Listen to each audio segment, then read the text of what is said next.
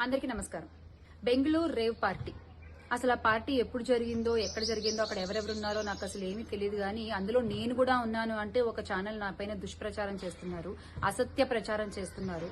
అంటే ఎంత దిగజారుడు రాజకీయాలు అంటే ఒక పార్టీతో నేను అనుసంధానమై ఉన్నానన్న విషయం తెలిసి మా పార్టీ మీద, మా మీద బురద జల్లేటువంటి ప్రయత్నంలో భాగంగా వాళ్ళు చేసేటువంటి అసత్య ప్రచారాన్ని ఎంత మాత్రం ఊరుకునే పరిస్థితి లేదు.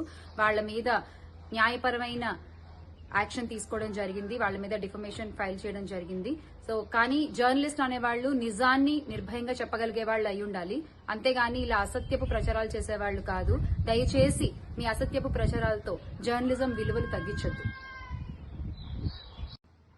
అందరికీ నమస్కారం.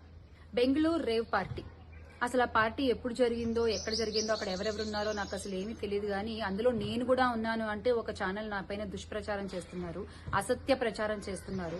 అంటే ఎంత దిగజారుడు రాజకీయాలు అంటే ఒక పార్టీతో నేను అనుసంధానమై ఉన్నానన్న విషయం తెలిసి మా పార్టీ మీద, మా మీద బురద జల్లేటువంటి ప్రయత్నంలో భాగంగా వాళ్ళు చేసేటువంటి అసత్య ప్రచారాన్ని ఎంత మాత్రం ఊరుకునే పరిస్థితి లేదు.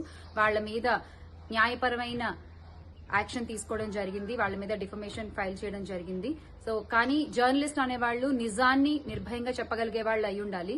అంతేగాని ఇలా అసత్యపు ప్రచారాలు చేసేవాళ్లు కాదు. దయచేసి మీ అసత్యపు ప్రచారాలతో జర్నలిజం విలువలు తగ్గించొద్దు.